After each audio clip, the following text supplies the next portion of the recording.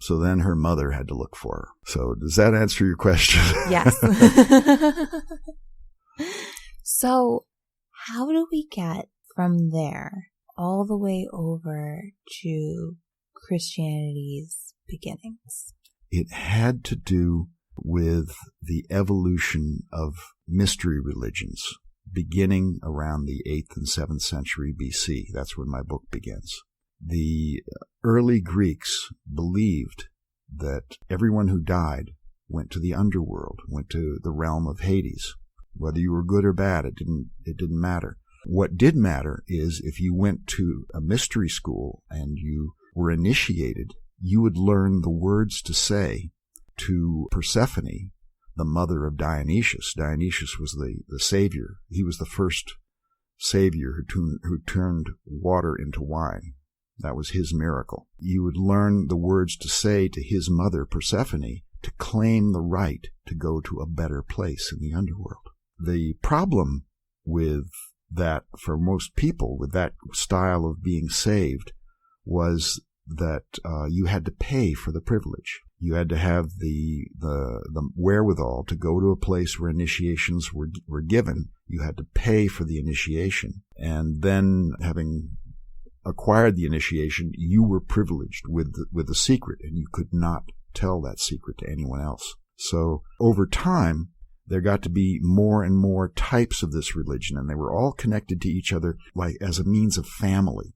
The Dionysius had a brother, Thrace, who liked beer instead of wine, and so he was able to have initiations that involved the drinking of beer instead of changing water into wine and drinking wine. There were these for herding societies. They focused on the time when Demeter, when she was searching for her daughter who'd been taken off by Hades, but Neptune had stalked her and raped her. Then she had given birth to 2 children, a horse named Arion and a daughter named Despoina. She abandoned her children and wanted to go to war with Neptune, but Zeus would not allow war. He would not allow even grudges between the Olympian gods. So he required that she get over her anger and act positively. To do so, she created mysteries for herding societies that where young men would go off and obtain wives by attacking neighboring towns and stealing women and then taking them home and raping them. Wives who had been treated, or women who had been treated that way, were then stuck being wives in the towns where they'd been taken. And the older women in these towns would conduct mystery ceremonies for the younger women so that they could come to terms with what had happened to them. So you can see that religion has always had a special place in making societies work. As societies changed, and as societies began to focus more on everyone wanting some degree of salvation, the price of admission got less and less. And finally, around 2,000 years ago, there was a shift from heaven being underground, or the place that you went after death being underground if you lived virtuously, to you going to heaven. And that's easiest to see in the death of Julius Caesar. He was taken to heaven. A comet appeared in his funeral games announcing that he'd been taken to heaven and that he was divine. So at that point, at that instant, it became the place to go. If you died, and if you were a noble Roman, you wanted to turn into a god like Julius Caesar and go to heaven. From that, it became, if you were a Roman in general, if you died, you wanted to go up into the sky and not underground. So that is the point in history when the location of heaven changed from being underground to being up in the sky. That is fascinating. And that's also when you have the possibility of a religion like Christianity coming into being. There's much more to the story, however. Well, we only have an hour, and it's a 700-page book, so we're doing little bits in here and there. So My next thing, which I think is so interesting and so cool, and I think other people will be really interested too, is you were able to, and with some other people, pinpoint Jesus's birthday as April 17th, 6 BC. Yes, that wasn't my work. That was the work of Michael Molnar. He's the author of a wonderful book on this subject called The Star of Bethlehem, Legacy of the Magi. There are still Christmas specials that come out every year that express what he found about that. But people, I think they watch they watch these and they don't really pay attention. They don't realize that he's talking about Jesus being born in April instead of on December 25th. There was a astrologer named Julius Firmicus Maternus, a Christian astrologer in the 3rd to 4th century A.D., who described the signs that indicated the birth of a divine being. It was specifically related to the last day that the crescent moon was available before it disappeared into the light of the sun, and the first day of the appearance of the planet Jupiter, the heliacal rising of Jupiter, as it would be called. And then the crescent moon actually covers the face of Jupiter. That's a very rare signal, astrological signal.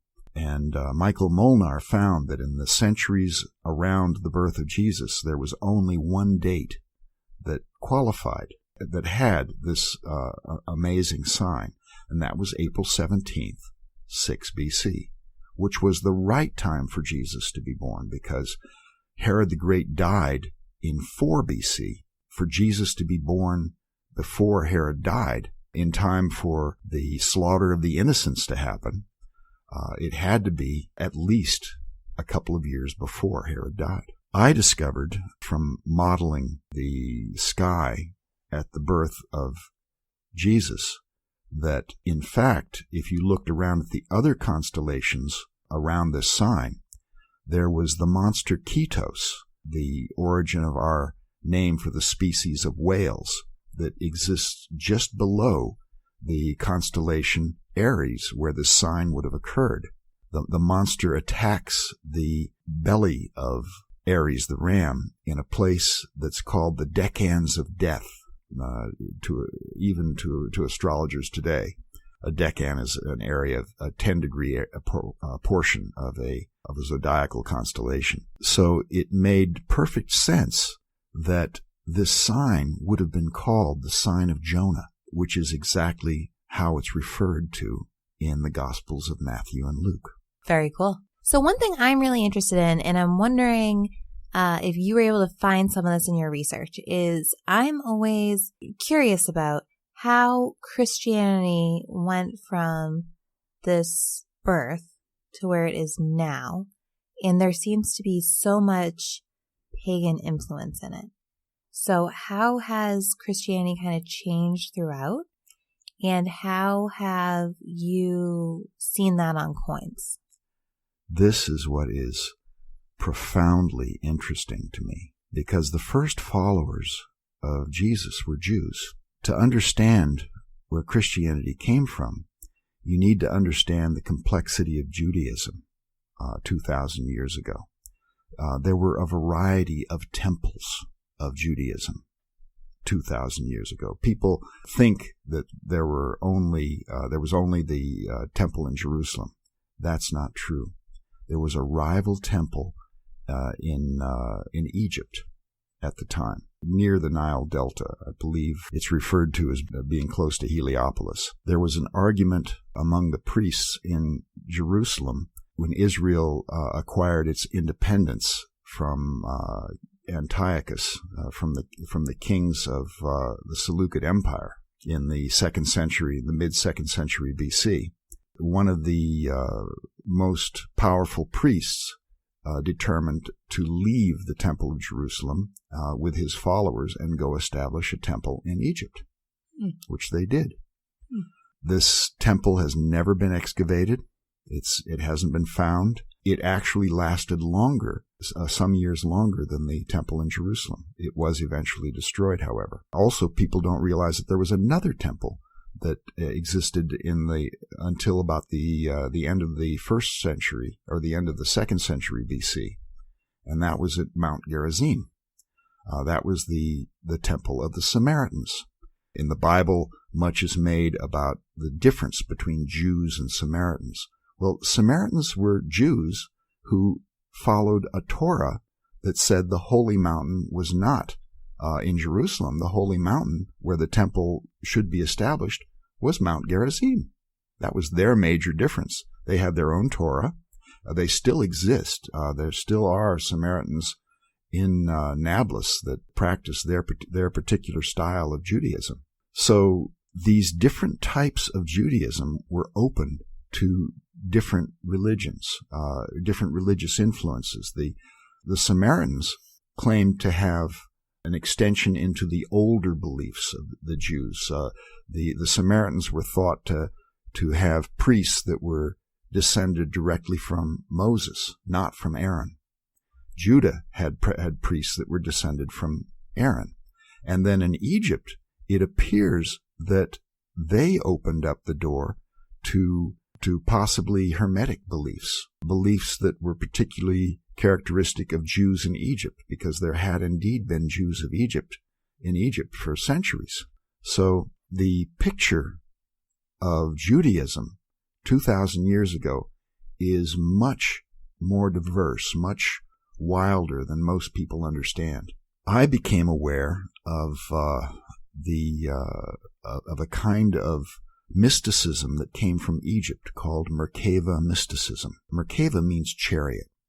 So when you have Elijah encountering a chariot, God's chariot in the sky, this is the Merkava. This whole image comes from a time when much of Judaism had shifted locations after the Jews had been exiled to Babylonia, and Jeremiah and his crew had gone for refuge in Egypt. They stayed among Jews in Egypt, and this idea of the Merkava, this chariot of God in the sky, this chariot of God as a solar deity, became very important. So a whole tradition about God as a solar deity, a little bit of Egyptian Hermeticism thrown in, was boiling and developing in Egypt in parallel with the Judaism that was developing in Jerusalem in the time of Jesus. Let's see, there was a prophecy of Daniel that said that 480 years after the exile of Jews to Babylonia, that a Messiah was going to come. So that time was about the time of Jesus. And much of the attention, people who were interested in the Messiah, was in determining exactly when the time of the Messiah was. Some people thought that it was a sign that appeared in the sky, the sign of Jonah, was an indication that the time had come. And those became the followers of Jesus. There were others who thought that no, the mathematics worked out to actually come to about 67 A.D. the Messiah was going to come. So that became the time of the first Jewish revolt. That was the ideological fuel that caused the nation of Israel to rebel against Rome. Wow. So there were so many different forces with Jews of many different types saying that they had the correct idea. There was one Jewish Messiah who said that the way to bring God into the world was for all of the Jews to go and live on the desert, and that God would come back and feed them manna. And so he took a bunch of people in the desert who were slaughtered and killed by Romans. Then there were three claimants to messiahship who rebelled after the death of Herod the Great, and each one claimed to be the Messiah. There was a stone called the Jesselson stone that describes the death of one of these messiahs, and he was murdered by the Romans. His body was hacked to pieces, and no one was allowed to bury him. Yet his memorial stone says that he rose after 3 days. that he went directly to the sky. The stone goes on to speak about the historical context of the period, the blood moon